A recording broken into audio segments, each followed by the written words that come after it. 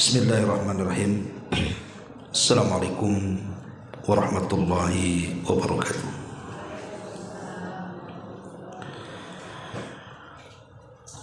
Alhamdulillah wassalatu wassalamu ala rasulillah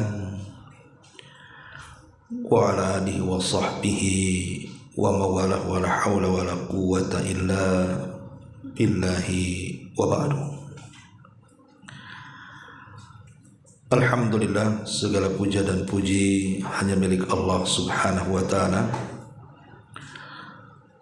Salawat dan juga salam kita hadiahkan kepada Rasul kita Nabi besar Muhammad sallallahu alaihi wa ala alihi wasallam. Alhamdulillah, di pagi ini kita bisa kembali bermajelis ilmu di tempat yang insyaallah diberkahi Allah Azza wa Jal. Dan pembahasan di pagi hari ini karena belum ada kitab juga, biasa pembahasan nasihat yang mungkin sering saya ulang-ulang. Fadzakir fa inna dzikra tanfa'ul mu'minin. Teruslah berikan peringatan kepada manusia, karena dalam peringatan itu pasti ada manfaat bagi orang-orang yang beriman. Sebuah nasihat yang sudah kita ketahui itu sekedar nasihat. Ada hal-hal dalam kehidupan kita ini, Bu, tidak boleh menceritakan hal-hal ini kepada orang lain, baik itu berupa dosa ataupun berupa pahala. Sebab kalau itu sebuah dosa, maka akan membebani dosanya kembali, bahkan akan dilipat gandakan dosanya. Kalau itu dalam bentuk pahala, bisa saja menggugurkan pahalanya. Makanya harus diperhatikan bahwa ada beberapa hal yang cukuplah kita yang tahu. Orang tidak perlu tahu. Cukup kita dengan Allah subhanahu wa ta'ala saja. Apa perkara-perkara itu? Pertama, bicara dosa dulu. Tidak boleh menceritakan aib orang lain kepada manusia.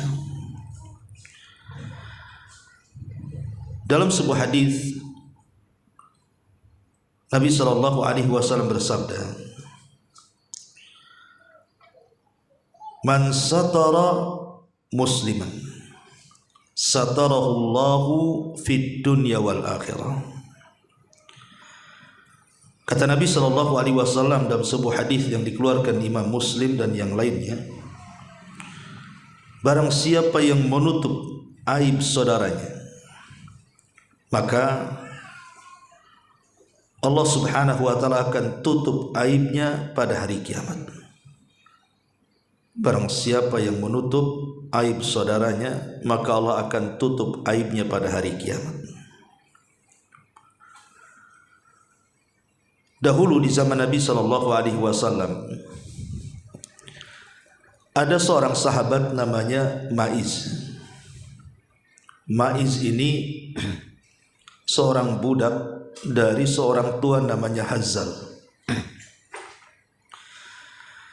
Karena hawa nafsunya terkalahkan ataupun jiwanya terkalahkan dengan hawa nafsunya, berzinahlah dia dengan seorang budak wanita. Kemudian ketahuan sama tuanya Hazzal ini. Akhirnya kemudian Hazzal pun marah dan mengatakan kepada Maiz agar dia datang kepada Nabi sallallahu alaihi wasallam untuk bertobat. Sementara Maiz ini laki-laki yang sudah menikah, otomatis kalau dia datang kepada Nabi sallallahu alaihi wasallam dan menceritakan dosanya, konsekuensinya rajam.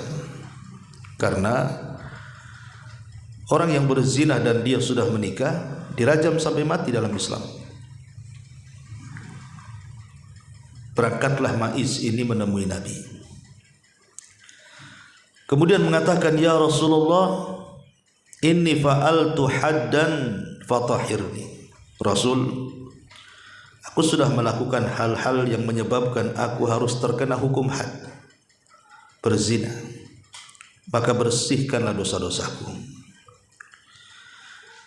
Nabi SAW tidak lantas mengiyakan Ma'iz. Kita tahu bahwa Nabi SAW Nabi rahmah, Nabi yang penuh dengan kasih sayang. Harusnya Ma'iz jangan cerita, sudah cukup tobat saja, nanti Allah Subhanahu wa ta'ala ampuni dosa-dosanya. Tidak perlu datang ke Nabi SAW, sebab kalau perkaranya sudah sampai ke hakim, mau tidak mau harus tegakkan had, dan tidak ada syafaat bagi orang yang sudah sampai ke hakim. Tidak ada lobby-lobby untuk dibebaskan, tetap harus dihukum sesuai dengan dosanya. Tapi Nabi SAW mengelak ketika itu dan mengatakan, mungkin kau ini jangan-jangan hanya pegang-pegang, peluk-peluk, kau tidak berzina. Tapi Ma'iz terus saja mengatakan, aku berzina, tolong bersihkan. Akhirnya Nabi SAW mengatakan kepada para sahabat, periksa si Ma'iz itu, jangan-jangan dia suka mabuk tuh, dia ngomong gitu lagi mabuk. Maka diperiksalah Ma'iz, dia mengatakan dia tidak minum khamr. Kemudian Rasul mengatakan lagi, coba cek akal, jangan-jangan dia gila tuh. Kemudian orang-orang mengatakan tidak, dia waras. Akhirnya kemudian Nabi SAW merintahkan sahabat untuk merajam Ma'iz. Ketika Ma'iz dirajam, dia tak tahan sakit, Bu. Lari dia, dikejar oleh para sahabat sampai dapat, kemudian dirajam sampai mati. Nabi SAW merasa sedih, kemudian memanggil tuannya namanya Hazzal dan mengatakan, ya Hazzal, lau kunta satartahu bitaubika kana khairan mimma sana'ta bihi. Wahai Hazzal, kenapa kau ceritakan? Kenapa kau tidak tutup aibnya si Ma'iz? Walaupun kau melihatnya dia berzina, kenapa kau tidak tutup? Kenapa kau tidak suruh bertobat saja? Kenapa kau suruh dia datang kepadamu? Lihat bagaimana Nabi SAW meminta kepada Hazzal untuk menutup aibnya, tapi nasi sudah jadi bubur dan Ma'iz sudah mendapatkan hukuman dari Nabi SAW, dirajam sampai mati. Tapi taubatnya Ma'iz, Nabi SAW sangat memujinya. Tapi syahidnya di sini, bagaimana Rasul marah kepada Hazzal tuannya, kenapa tidak tutup aibnya? Ini satu contoh bahwa kita jangan suka menyebar-nyebar aib orang. Karena dalam kaedah itu ada yang disebut dengan kama tadinu tudan. Sebagaimana ibu membongkar aib orang, nanti satu ketika Allah kirim orang yang akan membongkar aib ibu, bahkan lebih jahat lagi. Karena al-jaza min jinsil amal masalahnya. Namanya sebuah balasan itu pasti disesuaikan dengan perbuatan. Maka kalau seandainya kita mengetahui ada aib pada saudara kita, tutup, jangan diceritakan. Umpamanya nih, kita ini hidup di perumahan, kadang-kadang kayak sini kan kopel-kopel tuh rumahnya. Lain kalau ibu hidup di desa kan. Kalau hidup di desa enaklah, satu rumah kebun, nanti rumah lagi, kebun lagi. Jadi apapun yang terjadi dengan tetangga kita tidak tahu. Tapi hidup di kota, hidup di perumahan kayak di Batam ini, hidup kopel-kopel kayak ini, kadang-kadang pertengkaran tetangga kita tahu. Tetangga ini bertengkar masalah apa kita tahu. Karena terkadang mereka bisa melengking-lengking suaranya kan, Bu. Sehingga kita ini sebagai tetangganya kadang-kadang lama-lama tahu masalahnya. Kalau seandainya kita tahu apa yang dilakukan tetangga kita dari pertengkaran, dari masalah-masalah mereka, tutup aib mereka. Seolah-olah ibu tidak kenal tetangga. Jangan ceritakan. Ini enggak, kumpul dengan kawannya, cerita pula. Ya. Kemarin di sini ada perang teluk katanya. Kenapa? Tuh orang sebelah tuh melengking-lengking suaranya. Mungkin lagi selingkuh tuh gara-gara apa gitu. Ini kan tidak boleh. Kalau kita tahu aib saudara kita, jangan pernah diceritakan. Cukup ibu saja yang tahu. Bahkan kalaupun seandainya suami pulang kerja pun tidak perlu diceritakan. Tidak perlu mengatakan pada suaminya, bang, aduh, waktu abang pergi nih tadi pagi, ramai di sini ribut begini-begini udah tangga sebelah tuh. Tidak boleh. Itu urusan mereka, tidak ada urusan dengan ibu. Karena bagaimanapun Nabi SAW mengatakan, man satara musliman. Ingat, siapa yang menutup aib seorang muslim, Allah tutup aib ibu di dunia dan di akhirat. Bahkan dahulu di zaman Amirul Mukminin Umar bin Khattab radhiyallahu anhu, Umar ini melihat ada orang yang berzina. Dia lihat sendiri itu dengan kedua matanya. Akhirnya kemudian keesokan harinya dia kumpulkan beberapa sahabat senior seperti Ali dan yang lainnya, coba diskusi. Kata Umar, bagaimana pendapat kalian kalau ada seorang imam, pemimpin negara, melihat kemungkaran? Contohnya umpamanya dia melihat ada orang berzina. Perlukah bagi seorang hakim, seorang imam menegakkan hukuman, kita tangkap dia, kemudian kita tegakkan hukuman? Sahabat yang lain mengatakan, ya tidak apa-apa, dia kan seorang pemimpin, dia berhak menangkap, karena itu sebuah kemungkaran. Tapi ketika itu Ali radhiyallahu an menyangga dan mengatakan sebaiknya jangan. Karena Nabi SAW memerintahkan untuk mendatangkan saksi-saksi, minimalnya 4 saksi. Kalau seandainya seorang pemimpin itu melihat dengan kedua matanya tapi tidak mendatangkan 4 saksi, ini pun sebuah pelanggaran. Akhirnya kemudian Umar pun mengatakan kepada Ali, shadaqta, kau benar. Dan Umar pun membubarkan majelisnya. Lihat, dia tidak menceritakan kisahnya sendiri, Bu. Dia mencontohkan kalau ada seorang pemimpin, dan dia tidak menyebutkan orang yang berzinah yang dilihatnya, kan, Bu. Begitulah contoh Amirul Mukminin. Dia ketika bertanya tentang apa yang dilihatnya, dia tidak mengatakan saya yang melihat, tetapi kalau ada seorang pemimpin. Subhanallah. Dan dia tidak ceritakan detailnya. Tidak mengatakan, iya semalam aku sedang jalan-jalan, kok aku nampak ada orang berzina di semak-semak atau apa. Enggak, ya kan? Lihat bagaimana waraknya Umar bin Khattab radhiyallahu anhu. Maka ini harus dicontohkan, Bu. Kadang-kadang ibu ini ke pasar, kemudian di pasar itu mungkin ada orang bertengkar gara-gara jual beli. Ibu nampak, ya. Kemudian ibu pulang ke rumah, cerita pula sama tetangga di rumah. Tidak boleh, Bu, ya. Walaupun ibu tampak di pasar, tidak perlu, itu urusan orang. Tidak perlu ibu masuk-masuk di situ, karena itu bagian ghibah, apalagi tidak tahu masalahnya. Seandainya tahu masalahnya saja kita tidak boleh cerita, apalagi tidak tahu masalahnya. Yang lebih parah lagi, kalau seandainya ibu ini disuruh nasihati orang.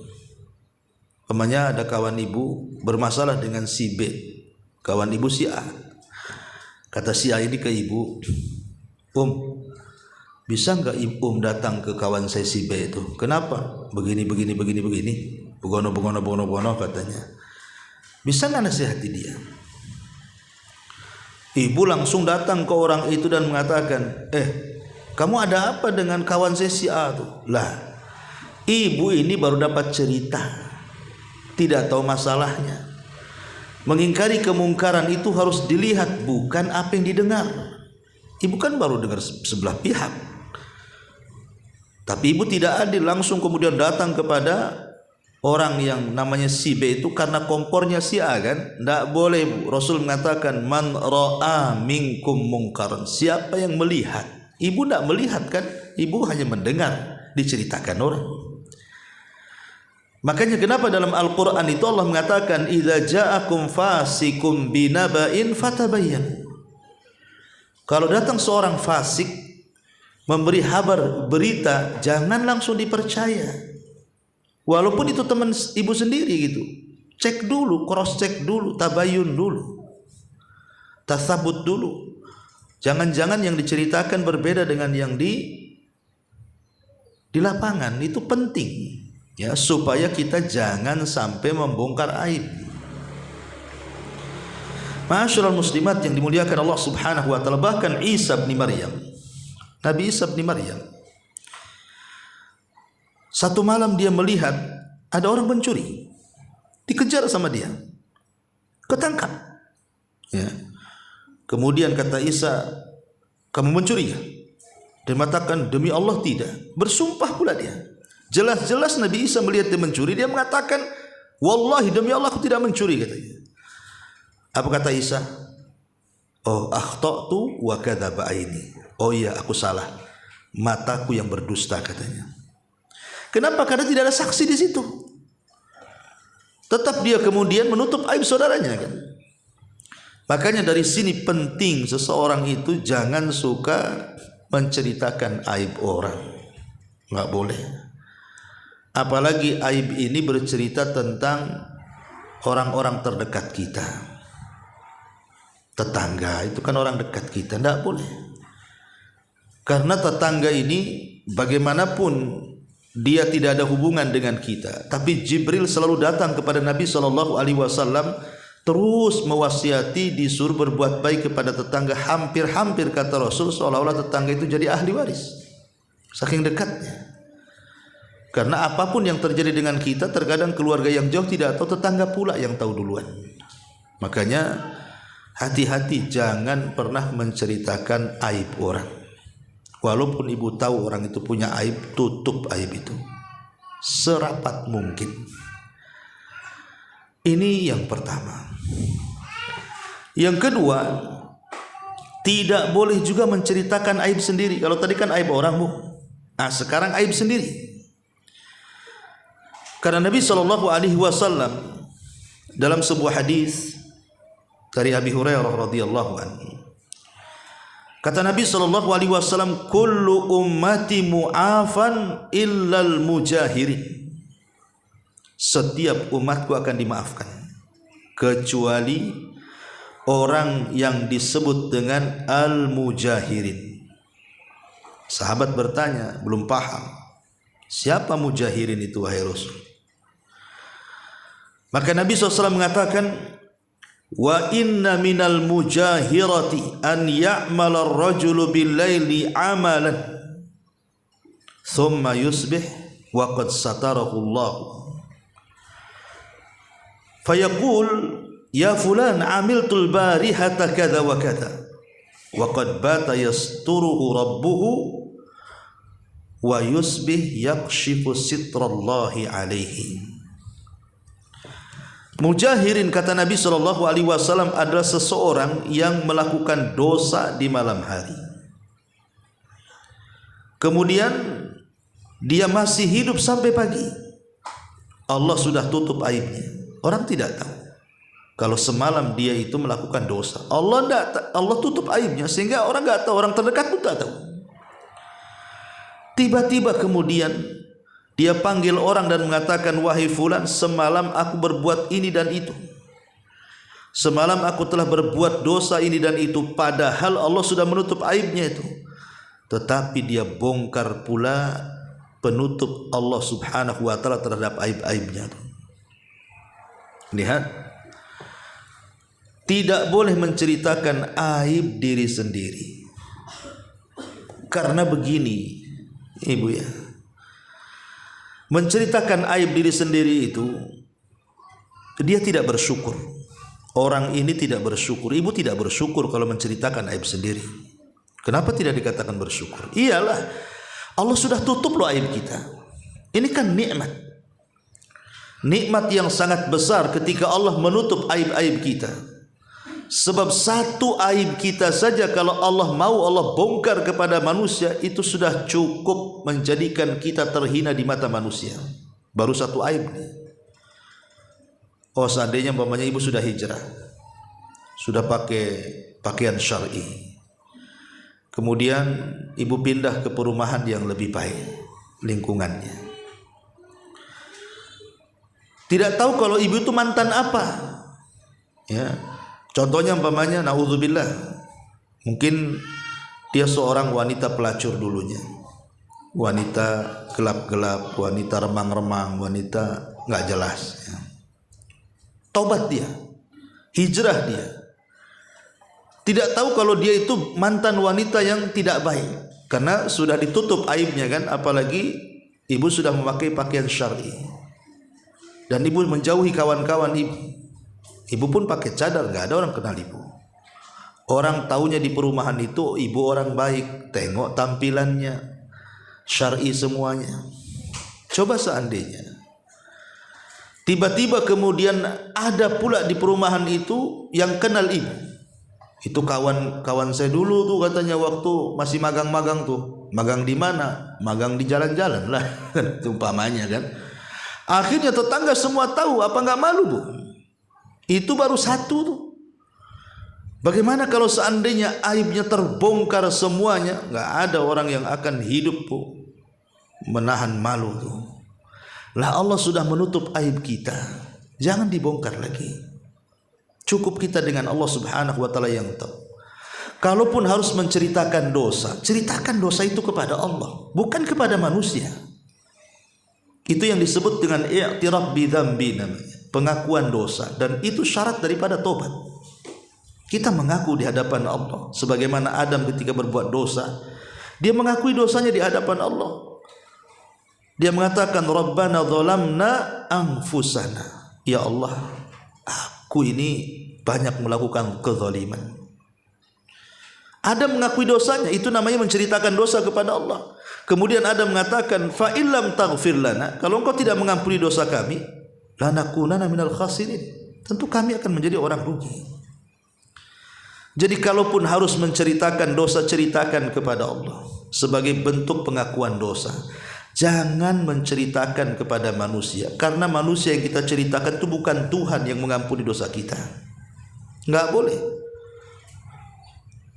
Jadi orang yang menceritakan aibnya sendiri itu hakikatnya tidak bersyukur akan nikmat Allah berupa Allah menutup aib kita. Karena kemuliaan kita itu bu, kenapa ibu masih dimuliakan orang coba?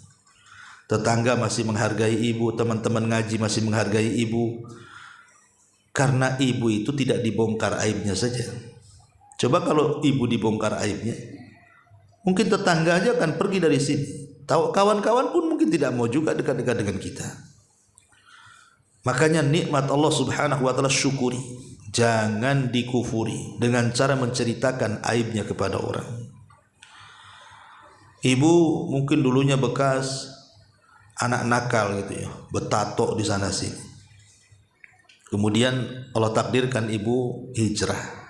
Alhamdulillah, kenal sunnah, rajin ngaji, semua pakaiannya sudah syar'i. Tiba-tiba nongkrong sama kawan-kawan yang sudah ngaji, jangan ceritakan. Walaupun itu dalam bentuk tahadus bin nikmah, menceritakan nikmat kalau dia itu dulunya orang jahat kemudian hijrah. Tidak perlu bu. Kadang-kadang tahadus bin nikmah itu bukan seperti itu. Jangan ceritakan, ya alhamdulillah saya dulu itu mantan ini loh, preman-preman tuh. Kalau nggak percaya nih, tengok nih tato saya banyak. Sebelah sini nih kupu-kupu, sebelah sini nih buaya, sebelah sini. Jangan pula ditengokkan tulah tatonya tuh. Allah sudah tutup. Cukup ibu saja yang tahu. Kawan-kawan ibu yang baru atau yang lama yang tidak tahu ibu siapa, biarkan mereka tidak tahu. Jangan sampai mereka tahu. Cukup ibu dengan Allah Subhanahu wa taala. Itu bentuk syukur kita akan hidayah yang Allah berikan kepada kita. Kemudian juga orang yang suka membongkar-bongkar aibnya sendiri itu sebenarnya dia sedang merendahkan dirinya kan bu. Dosa itu kehinaan. Ibu ceritakan pula kepada orang lain itu kan sama dengan menghina diri sendiri namanya. Sama dengan merendahkan diri sendiri. Allah sudah muliakan, kita pula memilih kehinaan. Allah sudah muliakan kita loh dengan hidayah itu. Ibu yang mau hina tiba-tiba menceritakan aibnya sendiri kepada orang, kan aneh gitu kan. Mana akalnya gitu. Karena gini Bu, bahayanya ya. Ketika ibu menceritakan dosa kepada orang itu Bu, hakikatnya ibu itu bangga dengan dosa namanya kan. Masa dosa dibangga-banggain, gimana ceritanya? Tidak boleh orang bangga dengan dosa tuh. Bangga dengan amalan aja tidak boleh. Takabur, riya tidak boleh. Apalagi pula bangga dengan dosa, kan aneh. Orang bangga seandainya ibu ahli sedekah, ahli sholat, ahli puasa, diceritakan sama orang, itu saja riya, sum'ah, tidak boleh. Lah ini loh, dosa dibangga-banggain. Gimana ya? Jadi orang yang menceritakan dosanya kepada orang lain itu hakikatnya sedang membanggakan dosanya. Na'udzubillah, bangga dengan dosa. Berlindung kepada Allah kita. Yang kedua bahayanya itu takut dicontoh orang. Kalau orang tahu ibu itu mantan ini, mantan itu, nanti dicontoh orang, apa kata orang? Ah itu baru hijrah aja itu. Ya. Kemarin-kemarin itu dia juga rusak juga kan gitu. Janganlah salahkan saya. Sama aja dia itu dengan saya, cuman casingnya aja yang beda katanya lah. Jadi jatuh kepada hadis Nabi SAW, man sanna sunnatan sayyi'atan falahu wizruha wa wizru man amila ba'dahu la yanqus min auzarihim syai'an. Jangan pernah mencontohkan contoh yang buruk. Karena siapa yang memberikan contoh dengan contoh yang buruk diikuti orang, maka dia dapat dosa dan dosa orang yang mengikutinya tanpa mengurangi dosa mereka sedikit pun. Na'udzubillah. Maka tidak boleh. Karena alamat takwa itu Bu adalah dengan menjauhi larangan. Dan Rasul sudah melarang. Tidak boleh menceritakan. Kalau menceritakan berarti ibu keluar dari koridor takwa namanya. Lalu hijrahnya buat apa kalau begitu? Ya. Karena Nabi SAW terang-terangan loh menantang, terang-terangan mengancam. Tiba-tiba kemudian ancaman Rasul kita tidak indahkan, berarti kan kita menentang namanya. Nabi sudah mengancam, jangan ceritakan, kita pula ceritakan, kan kurang ajar namanya. Makanya di sini ini perkara yang kedua ya, jangan menceritakan aib. Jangan, tidak boleh menceritakan aib diri sendiri ataupun menceritakan aib orang lain. Ini dua perkara tidak boleh itu. Dulu ada seseorang cerita, seorang bapak cerita, anaknya ini berzina.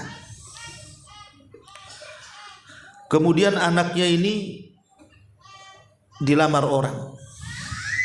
Dia stres karena masa lalunya yang kelam. Kalau zaman dulu kan beda dengan zaman sekarang kan Bu. Kalau zaman dulu itu namanya berzina itu kan aib kalau ketahuan kan Bu. Kalau sekarang ini sengaja, bukan aib lagi. Justru kalau ibu punya anak perempuan digonceng sama anak laki-laki itu sampai hamil baru dinikahkan kan begitu ya. Dan kayaknya nggak bersalah gitu.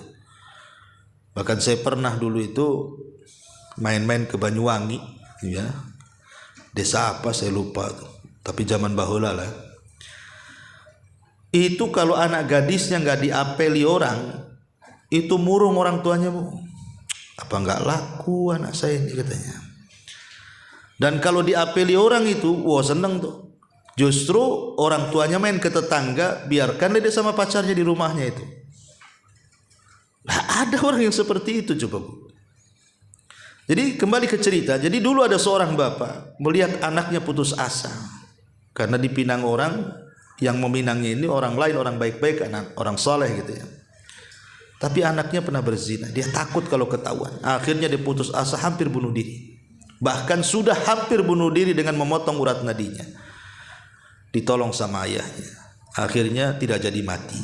Dinasihati, kemudian bertobat. Bapak ini datang kepada Umar bin Khattab radhiyallahu anhu menceritakan tentang kisah anaknya dan mengatakan, wahai Amirul Mukminin, anak saya dulu begini. Sekarang ada orang lah yang mau dengan anak saya, orang soleh.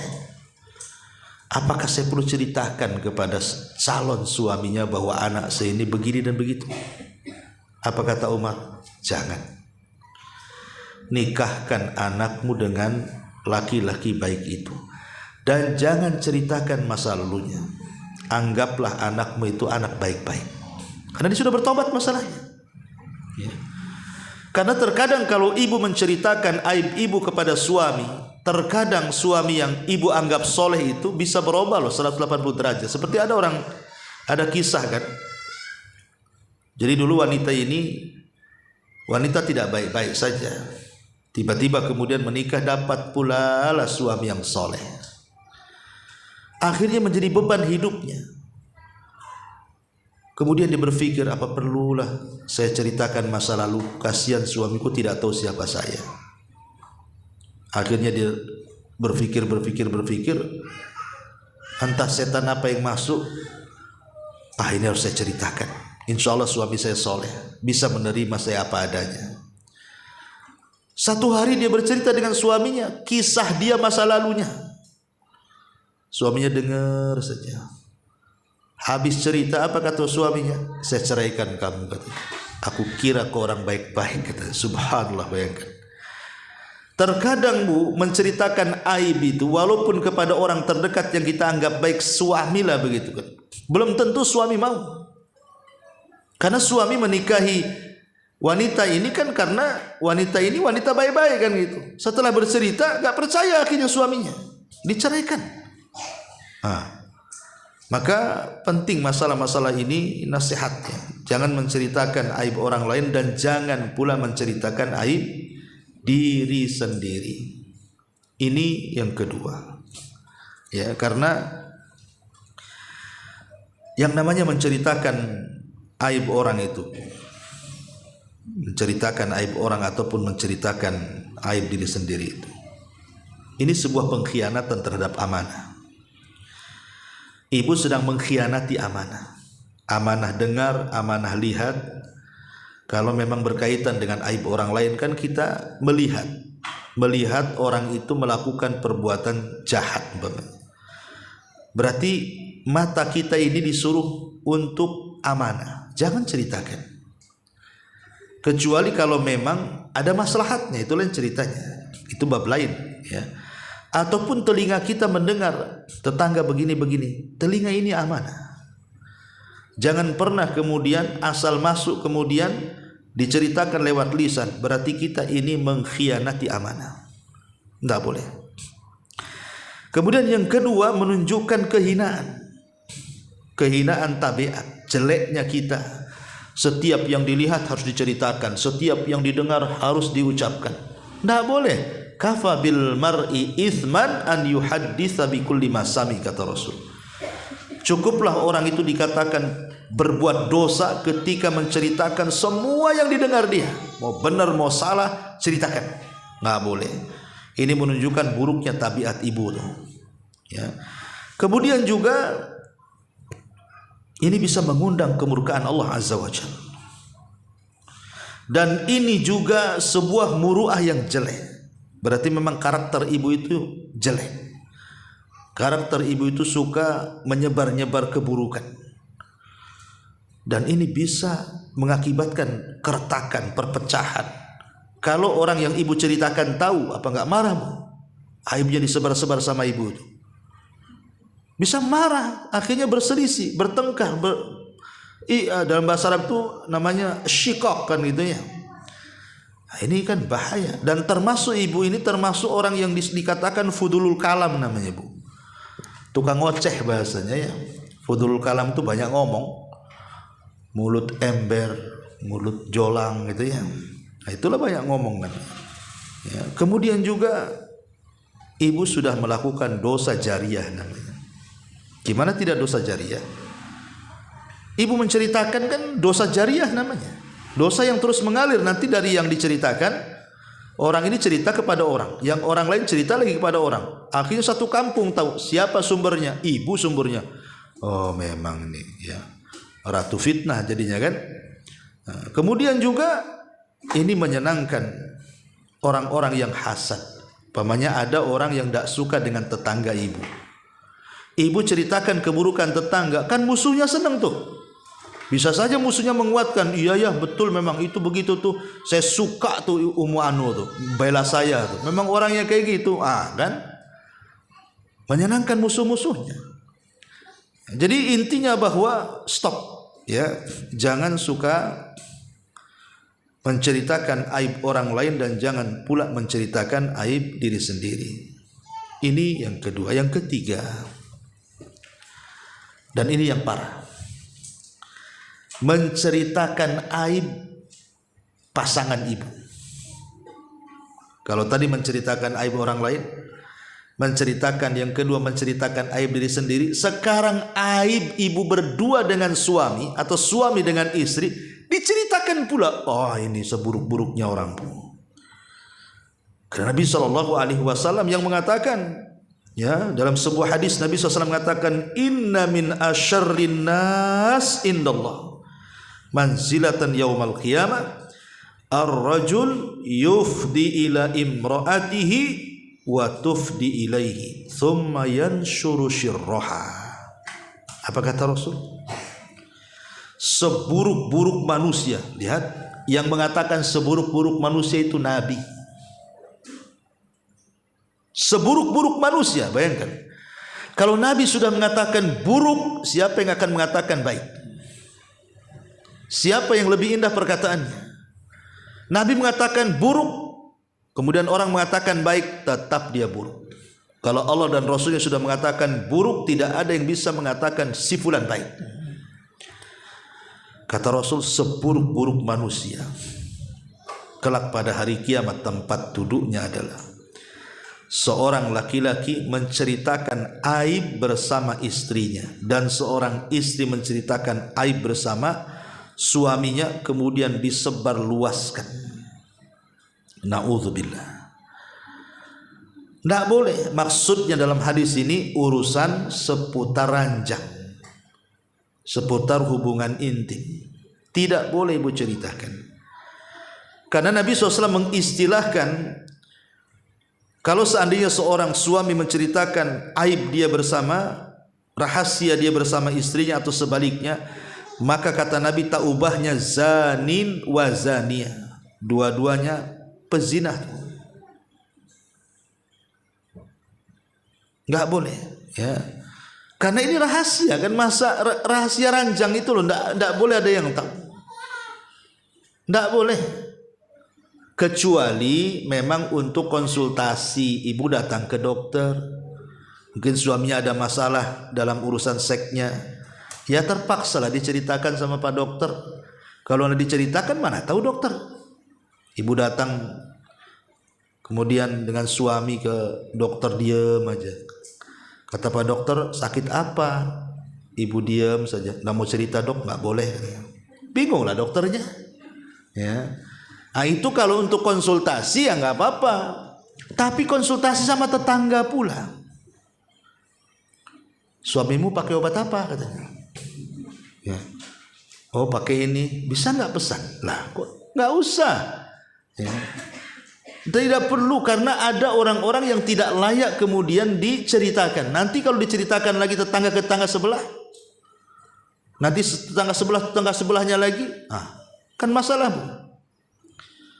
Dan zaman sekarang ini lebih parah lagi. Naudzubillah, kita berlindung. Kadang-kadang sekarang sudah ada handphone. Hubungan suami istri direkam pula, coba bayangkan. Alasannya hanya untuk ya disimpan saja kenangan. Kenangan apa? Maksiat kok disimpan. Nanti kalau sudah ada masalah bercerai malah kemudian disebarkan pula. Nah, ini kan nggak boleh, Bu. Ya, cukup ibu yang tahu suami mau kuat, mau lemah, mau ini, mau itu, mau ini, mau dingin, mau panas, mau apa, terserah. Ya, itu urusan saya dengan suami. Orang lain tidak tahu. Begitu juga suami kepada istri juga sama. Urusan ranjang tidak boleh sampai keluar. Ya, cukup ibu dengan suami atau suami dengan ibu. Karena kalau sampai diceritakan, subhanallah, ini dosanya sangat besar sekali. Nabi SAW sampai mengatakan seburuk-buruk manusia. Ini sudah 3 perkara kan, Bu? Tidak boleh menceritakan aib orang, tidak boleh menceritakan aib sendiri, dan tidak boleh menceritakan aib pasangan. Wabil khusus urusan ranjang. Secara umum ya bukan urusan ranjang saja, urusan privasi keluarga pun kalau bisa jangan ada orang tahu. Walaupun masalah gaji suami pun jangan ada yang tahu tetangga tuh. Suamimu enak ya kerja di kantor itu. Berapa sih gajinya? Alhamdulillah ya suami saya sih gaji di atas 20. Aduh payah suami saya. Kenapa? Tak tahu katanya. 1 juta pun tak sampai. Nah ini kan ngapain cerita-cerita? Nggak usahlah cerita-cerita masalah urusan privasi itu jangan ada yang tahu. Jangankan tetangga, mertua atau ibunya ibu sendiri gitu ya. Nggak boleh mengeluh. Cukuplah itu masalah privasi keluarga itu, masalah uang belanja, masalah apa dalam rumah itu. Ibu saja yang tahu pagari rumah itu, jangan hanya pagar temboknya saja, tapi pagari apa-apa yang terjadi dalam rumah itu orang jangan sampai tahu. Ibu tahunya orang lain itu happy-happy saja. Ibu ya, ini yang ketiga. Ini tidak boleh kita cerita-cerita sama orang. Ma'asyiral muslimat yang dimuliakan Allah Subhanahu wa taala. Termasuk juga tidak boleh menceritakan aib orang yang sudah meninggal. Ibu ini umpamanya jadi tim fardu kifayah umpamanya Bu ya. Mungkin ibu ini ditunjuk oleh warga atau mungkin ibu punya grup di sini gitu ya khusus untuk fardu kifayah. Satu hari ibu dipanggil lah kan untuk mandikan jenazah. Yang namanya jenazah itu Bu, namanya jenazah orang mati. Kan bajunya memang dicopot gitu, walaupun tetap auratnya tertutup kan. Tapi kan terkadang ada aib-aib yang kita lihat atau yang kita pegang. Namanya orang mandikan kan megang-megang kan. Ada aib gitu, ibu memandikan akhwat yang sudah meninggal. Mestilah, kan tidak semua sehat badannya, tidak semua ketika meninggal itu nampak ada yang senyum, ada yang biasa aja, ada yang ini. Terkadang mungkin ada aib yang didapati ibu, entah mungkin berubah warnanya atau mungkin juga ada luka-luka di badannya bekas operasi atau mungkin ada cacat apalah di badannya. Yang jelas ibu tahu saat ibu memandikan. Maka saat ibu mandikan jenazah, cukup yang tahu aib jenazah itu ibu saja. Jangan ceritakan sama orang. Jangan menceritakan aib jenazah yang ibu mandikan, walaupun itu orang dekat ibu. Tutup aib mereka. Mereka sudah meninggal. Kasihan mereka. Urusan mereka dengan Allah Subhanahu wa taala. Mencaci mereka aja enggak boleh. La tasubul amwat, jangan kau cela orang yang sudah mati, karena urusan mereka sudah dengan Allah, bukan dengan kita lagi. Pertanggungjawaban mereka dengan Allah, bukan dengan kita lagi. Kalaupun mereka melakukan salah, nanti ada urusan lagi dengan Allah. Hisab namanya. Tapi ibu selaku orang hidup memandikan orang yang sudah meninggal, tutup aibnya. Kenapa kemudian kalau kita bicara fikih fardu kifayah, orang-orang yang memandikan itu syaratnya harus orang yang amanah, yang bisa menjaga aib si mayat supaya tidak diceritakan sama orang. Makanya kenapa kemudian Rasul mengatakan kalau bisa yang meninggal suami yang mandikan istri, yang meninggal istri yang mandikan suami, supaya tidak tahu aibnya kan. Apa kata Nabi SAW kepada Aisyah? Wahai Aisyah, kalau seandainya kau mati duluan, aku yang akan memandikanmu, yang mengkafanimu, yang menyolatkan kamu, yang menguburkanmu, kata Rasul. Tapi Allah takdirkan Rasul meninggal duluan daripada Aisyah. Tapi bagaimana Nabi SAW mengatakan seperti itu kepada Aisyah? Ya. Jadi ini penting yang ketiga. Yang keempat juga, tutup aib orang yang meninggal. Cukup ibu sebagai pemandi jenazah yang tahu, tidak perlu cerita. Jangan cerita habis mandikan, kenapa? Mayatnya bau sekali. Jangan-jangan waktu hidup tuh dosa banyak tuh. Mulutnya itu suka gibah tuh. Atau ketika diangkut kok berat sekali, jangan-jangan dosanya banyak kali tuh. Lah apa urusannya berat badan dengan dosa? Kasihan loh orang gemuk-gemuk itu jadinya kan.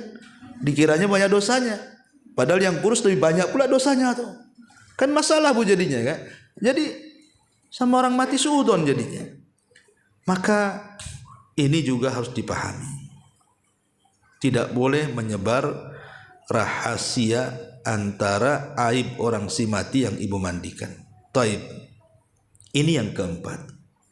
Ya, tidak boleh juga merahasiakan tidak boleh menceritakan aib orang lain yang sudah meninggal. Termasuk juga Bu, tidak boleh menceritakan orang yang bercerita kepada ibu dan dia minta jangan diceritakan. Orang ini kan cerita ingin curhat lah mungkin kononnya sama ibu kan. Karena mungkin ibu dilihatnya berakal, bisa ngasih solusi gitu kan. Datanglah teman ibu itu. Ada waktu enggak? Ada. Bisa ketemu? Bisa. Bisa bicara 20 mata, banyak kali, 4 mata aja lah. Nah, bisa. Di mana? Oh, di sini. Ketemulah ibu sama dia. Kemudian mukanya sudah tengok-tengok tuh. Ada orang enggak? Enggak ada. Iya. Begini, saya ada ingin ceritakan. Tapi tolong yang jangan ceritakan sama orang. Kata sok bijak kan? Ya kalau percaya sama saya, insya Allah saya akan pegang rahasia. Kalau ndak percaya ndak usahlah cerita. Sok bijak, ya kan? Saya percaya, akhirnya cerita dari A sampai Z. Masalahnya tuh. Dah, selang beberapa hari datang pula kawan ibu. Kemudian cerita. 2 hari yang lalu itu ada Umi Anu datang ke sini loh. Dia menceritakan ini itu. Tapi kamu jangan ceritakan sama orang ya. Karena dia ngasih amanah ndak boleh cerita.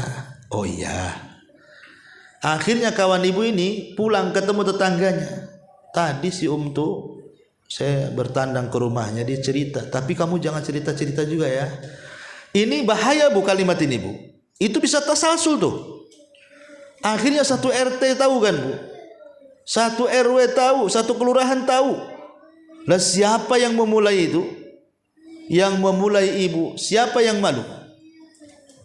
Orang sudah ibu dikasih kepercayaan, ibu pula mengkhianati kepercayaan orang namanya. Kalau ibu tidak bisa merasa menjaga amanah orang, jangan dengar.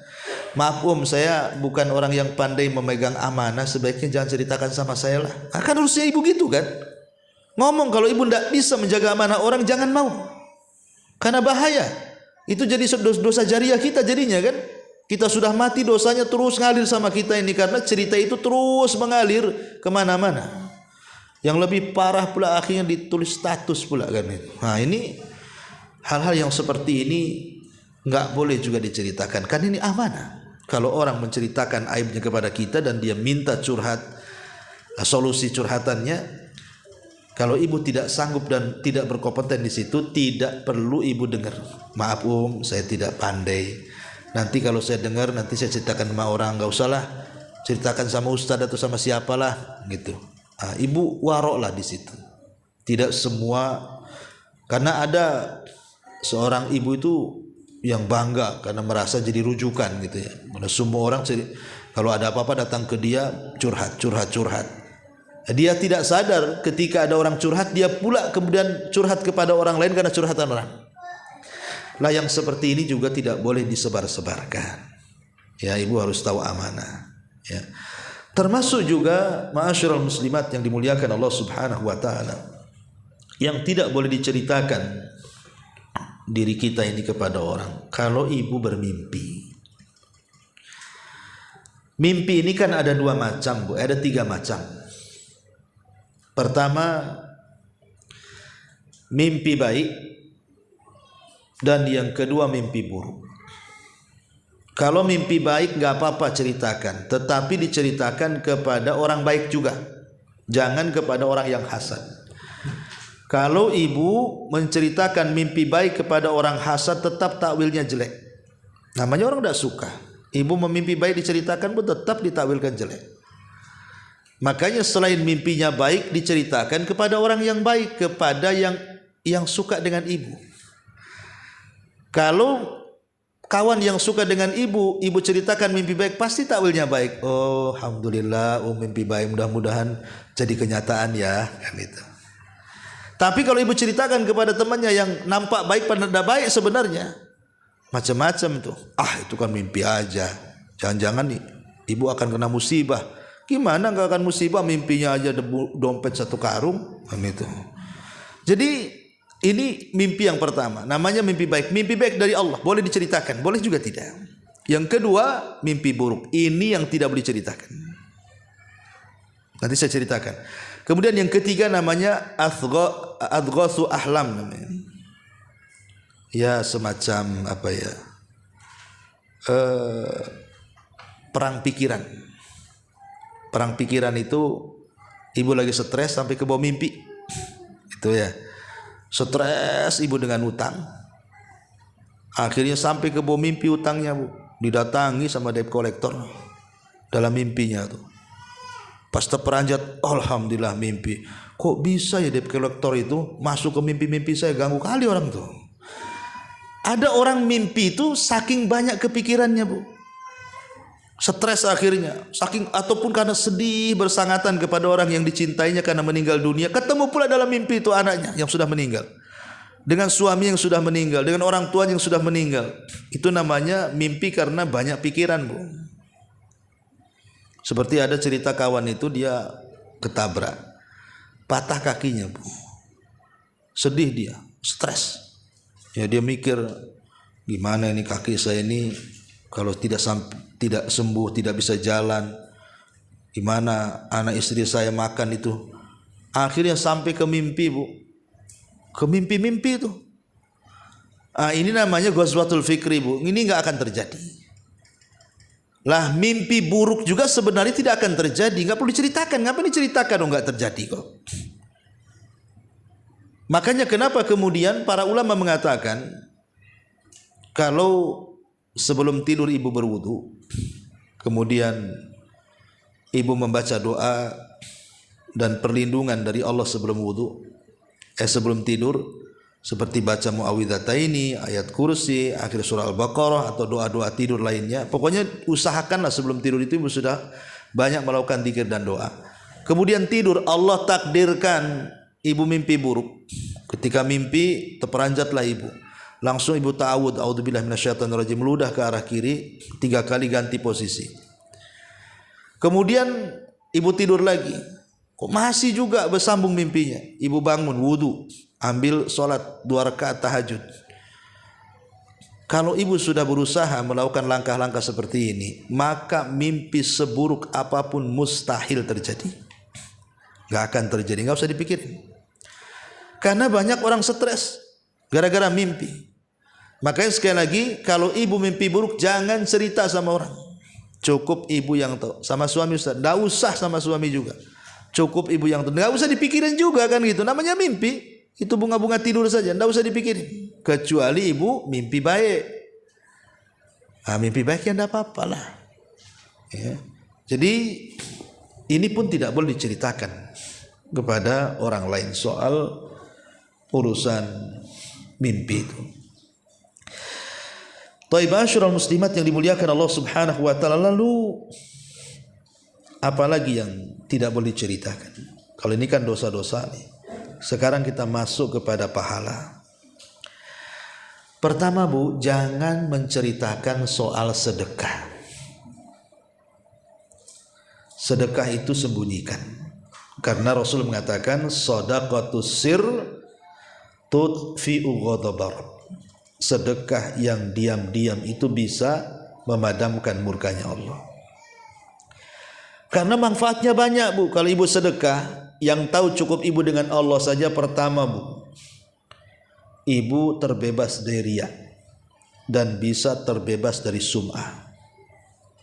Jadi kan sedekahnya ndak gugur pahalanya karena ibu betul-betul ikhlas. Sebab kalau ditampakkan ini akan terdorong melakukan riya dan sum'ah. Yang kedua, ketika ibu menyembunyikan sedekah itu, ibu tidak hendak dihormati orang. Jadi tidak gila hormat, tidak gila popularitas. Gak apa-apa orang gak tahu ibu sedekah, tidak masalah. Seperti zaman dulu Zainul Abidin itu sampai difitnah dia itu orang kaya bakhil. Padahal Zainul Abidin tiap sepertiga malam tuh ngangkut gandum tuh, ngasih rumah-rumah fakir miskin gandum. Kalau habis diantar lagi, habis diantar lagi. Bukan hanya 1-2 orang miskin, 70 sampai 100 orang miskin setiap malam dia sumbang. Tapi orang-orang masih menganggap dia bakhil karena tidak tahu kalau dia itu dermawan. Baru setelah meninggal hilanglah gandum-gandum di rumah-rumah itu. Baru menyesal, siapa yang selama ini mereka anggap bakhil, rupanya dia pula yang dermawan. Jadi dengan menyembunyikan sedekah itu hakikatnya ibu tidak gila hormat, ya, tidak gila hormat ataupun popularitas. Kemudian juga yang ketiga, dengan menyembunyikan sedekah bu, hakikatnya ibu menjaga perasaan orang miskin, menjaga perasaan orang miskin. Karena tidak semua orang miskin itu suka bu diceritakan, apalagi zaman sekarang kan. Kadang-kadang sedekah sama orang miskin nanti diviralkan, dibuat konten. Tidak semua orang mau dibuat konten, bu. Ya, dengan kamera tersembunyi, tahu-tahu kemudian disebarkan, nggak seberapa tuh. Dia nyumbangnya nggak seberapa, dia dapat monet dari YouTube-nya lebih banyak lagi. Anda sedang bersedekah atau sedang berbisnis itu? Ya, jadi hal-hal yang seperti ini nampaknya zahirnya baik, dan itulah setan kadang-kadang disuruh berbuat baik tapi untuk riya. Itu bisa menghinakan orang miskin yang diberikan sedekah kalau sampai tahu kan, tidak menjaga izzah dia, kehormatan dia. Ya, itu bisa melukai, tidak boleh. Kalau sampai menampakkan sedekah di, apalagi kalau sedekahnya itu memang betul-betul di depan manusia lagi. Nah, ini kan masalah bu. Ya. Makanya jangan sampai kemudian sedekah itu diketahui orang. Kalaupun harus gitu ya kan, menampakkan sedekah ya maksudnya untuk contoh, ya, biar orang lain ikut bersedekah. Dan contoh itu tidak harus diulang-ulang, sekali aja cukup. Ini ngasih contoh terus-terusan, ya apa ini namanya? Ya, jadi harus dipahami tentang masalah sedekah ini. Termasuk juga hal-hal yang tidak boleh ceritakan, ya amalan-amalan yang lain seperti sholat malam. Ibu sholat malam, tidak perlu orang tahu, cukuplah ibu dengan Allah saja. Ya, jadi sholat malam itu adalah sholat yang paling utama setelah sholat wajib. Kalau ibu melakukan sholat malam, ya sudah cukup. Bahkan dulu ada ulama salaf itu keluarganya nggak tahu dia sholat malam, sholat tahajud. Ya. Dan banyak lagi bu ya, ini karena sudah hampir jam 10 juga, tidak terasa nanti jam 11 nggak ngaji pula di sana nanti. Ya bu, sampai di sini saya kira tidak ada soalan, sehingga cukup waktu ke Al-Falah. Subhanakallahumma bihamdika asyhadu an la ilaha illa anta astaghfiruka wa atubu ilaik. Allahu taala alam. Assalamualaikum warahmatullahi wabarakatuh.